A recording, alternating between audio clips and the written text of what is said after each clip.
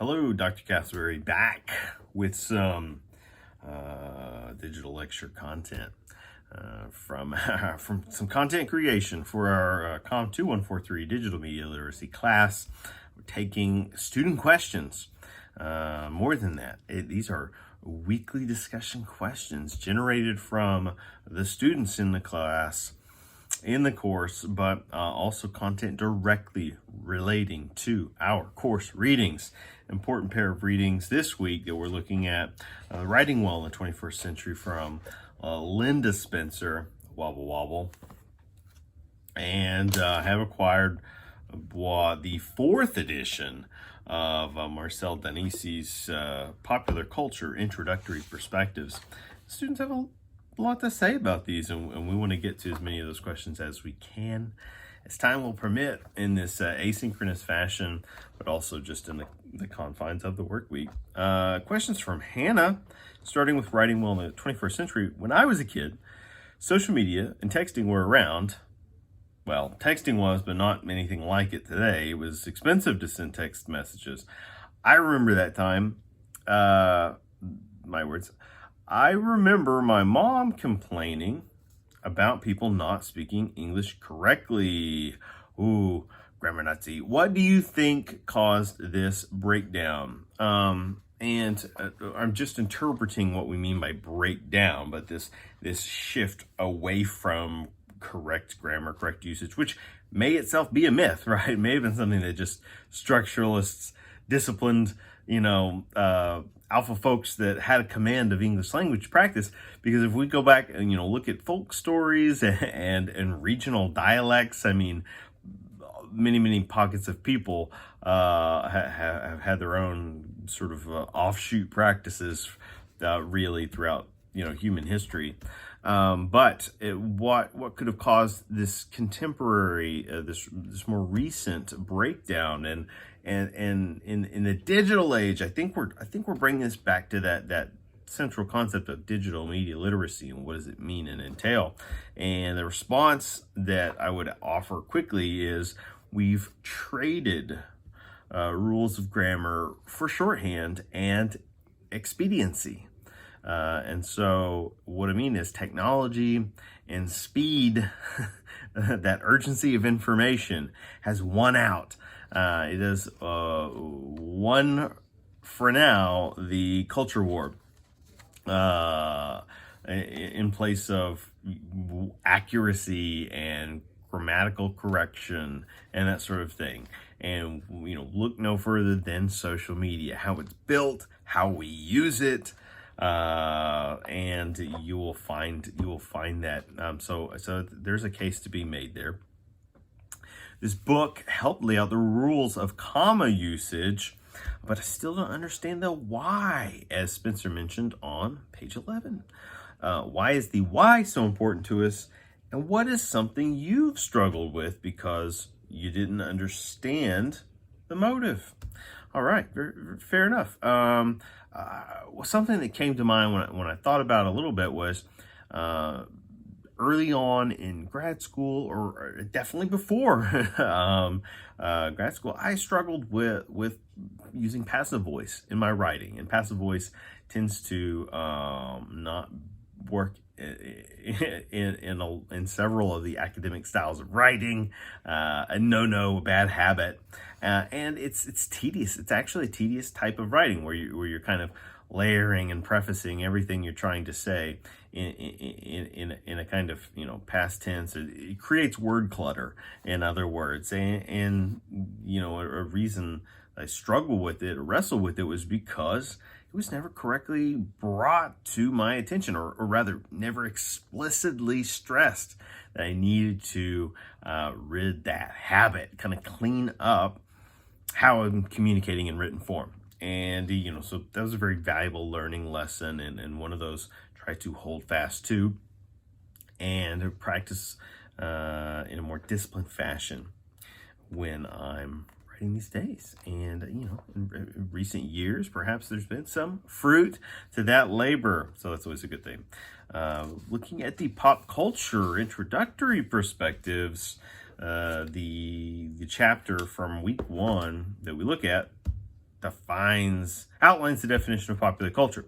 The chapter explains that culture is often divided into high culture, low culture. In page 5, yep, an oppositional dialectic, right, idea, but popular culture seems to break through those barriers. Aha, you see. So pop culture is this mixing, this admixture, if you will, a term I believe Denise uses. Pop culture seems to be more about what the majority of people enjoy rather than what different groups practice. Yes and no. What era of popular culture in the last 100 years do you enjoy most? Most? I have to choose? Really, there's something in each era, or decade, or whatever we're talking about, movements that I really appreciate. I do love studying culture, and it's something, invested time or kind of intellectual activities into. When we talk about nostalgia, and there were questions both already asked by Aaron and some others that many bring up about nostalgia. One of the areas I'm interested in, and there's certainly some great scholars right now, active media scholars like Ryan Lizardi, that write about nostalgia, and or have written about it. I'm fascinated by this idea of false nostalgia, right? This idea that we can kind of get nostalgic about something that didn't necessarily exist in our lifetime. I mean, what is that, and what does that mean? And let me use an example. I think right now, in recent years, we've seen this boom of 80s nostalgia, 1980s. Now, I was alive in the 1980s. Cognizant, but perhaps not necessarily of an age of that active consumer of culture. All right, so there's certain windows where maybe we're checked out, we're into other things, or we may not be of the age when we're actively consuming culture, that sort of thing. And so I was not an active participant in the early, parts of the decade necessarily, but I find texts from that era fascinating to go back and rediscover now. And definitely we're seeing these waves of it's being used and borrowed and mimicked for contemporary purposes. That's why we have that sample text of like a Stranger Things episode, criticism in one of our early weeks, but we see it all the time. We see it in these various forms and fashions. And, another one, I've been studying film noir in recent years and had the opportunity to teach a unit of a class on it in a recent semester, which was a lot of fun. And that is film noir is this era of Hollywood history that has a specific kind of start point, end point, and it's contained within the 1940s and into the 1950s, but really about the mid 50s, and it has this distinct era represented within it, and there's a context, there's these rules to understanding it, and they're as loose as they are defined. And it's fascinating, and there's a lot of intriguing elements to it. It's high on aesthetics too, right? And so there's a pleasure in sort of exploring that, but it's certainly far removed from my lifetime. So can I define it as nostalgia? No, not personally, but culturally, I think we do that all the time, and you see that. You see people talking, the talking heads on the cable news love to talk about the good old days and whatever that means and whenever that means. And sometimes it does mean something specific, but it doesn't always mean it was the good old days for everyone. Maybe just a select segment or group of people. Okay, so that was a couple. On page 12, Denise states, quote, affordability and curiosity have always been critical factors in promulgating popular forms of culture.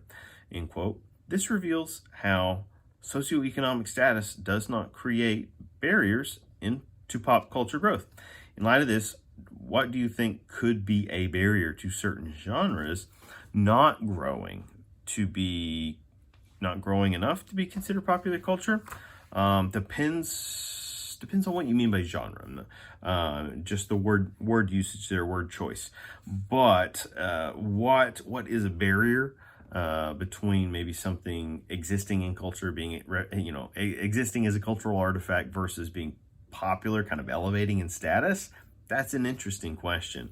And I think I would go back to something I touched on a minute ago, that is access. Who's behind it, right? Is it a truly independent artifact, something, unique, a one of a kind? And so is it going to get certain access, or who's getting access to it? Who's looking at it? Think about high culture, about art itself, paintings or whatever.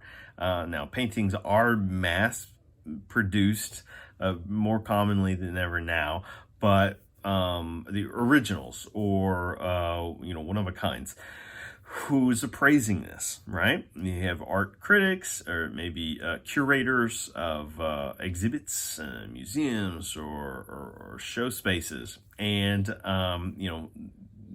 there's that old adage, beauty's in the eye of the beholder. And of course, anyone can appreciate anything, but someone that's familiar with form, someone that understands the discipline, that understands the mastery behind a thing, that has enough experience and or education and or credence to speak to and of a thing, can then help elevate its status. Hey, that makes me think of a contemporary phenomenon, a word that's getting overused to the nth degree now. In fact, I feel like it's losing value. It's certainly losing value for me is this idea of social media influencers. I think 2019, we reached a peak, certain demographic of individual and we could skew it in terms of an individual, perhaps even more refined by gender identification, but that's a quote unquote what aspires to be a social media influencer. And when there are 100,000 of that exact same thing doing that exact same thing, and 100,000 might be a light number, what does that even mean anymore, right? Are we just at this point fragmenting the followers, the audiences? Where are we going with this? What are you truly influencing? That said, people with a lot of power and financial backing behind them, and that's one of the secrets, are effectively influencers. They have, and so. And the key to their success, again, access, because they have access to the means to help push an idea forward to get it done. You think about, I see all the time now, we're in this height of maybe like the end of certain sports seasons, and so they're talking about all the things between playoffs and drafts and the elite of the elite, and you have extra commentators putting their 10 cents in. And something that I've noticed, picked up on several times recently, is talking about legacy athletes. So it's no longer just I had a parent that was a professional athlete, but a grandparent that was a professional athlete, and so on. And this is starting to become somewhat of an insulated world, right? And then this idea of like the celebritization of athletes or professional athletes, which is not a new thing by any stretch, but it's further exacerbated, right? You have celebrity athlete is dating other celebrity athlete, and now it's like, and we're and if we stay together, we're making super babies, right? That this is a whole new level. This is why many critical theorists and some outside of the U.S. starting to reference U.S. practices as something closer to an oligarchy, because we're very much, we get sucked into kind of interests in the uber rich and what they're doing, and we're kind of like following them around, even digitally more than physically. And where is that going, right? And what does that do for us, other than it's an amusing distraction? How is it helping us solve real world problems, locally, globally, and so on? Let's take another break, and we'll try to speed up some of this Q&A when we get back. Thanks.